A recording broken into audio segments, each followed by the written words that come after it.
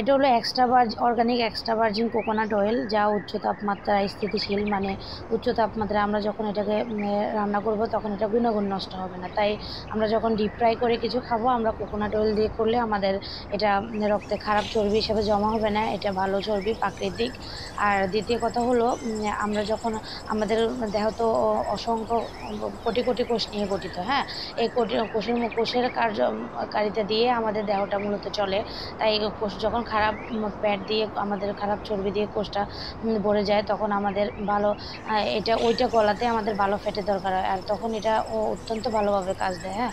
আর মূলত আমাদের শরীরের যে রোগ প্রতিরোধ ক্ষমতা, এই তেলটার মাধ্যমে এটা বাড়বে। কোষের কার্যকারিতা যেহেতু বাড়বে, তাহলে আমাদের রোগ প্রতিরোধ ক্ষমতা তৈরি হবে শরীরে। আর এটা হৃদরোগের জন্য ভালো, হজম আর স্বাস্থ্যের জন্য উপকারিতা। আর অবশ্যই ডায়েটের জন্য আমি যেভাবে আমার রেসিপিগুলোতে ইউজ করি, আপনারা যারা সুস্থ স্বাভাবিক মানুষ তারাও এটা খেতে পারি। আমরা ভবিষ্যতে যেহেতু অসুস্থ না হই, এটার জন্য এটা কাজ করবে। আর যারা অসুস্থ হয়েছেন তারা আমি যেভাবে রেসিপিগুলো দিই ওইভাবে আপনারা ফলো করতে পারেন। এটার সাথে আমরা এই যে অর্গানিক খাঁটি ঘি, এটা আমরা ইউজ করতে পারি। আমি যেভাবে ইউজ করি আমার রেসিপিতে ওইভাবে ইউজ করতে পারেন। তবে যে মাত্রায় আমি ইউজ করি ওই মাত্রায় ব্যবহার করাটাই ভালো, হ্যাঁ।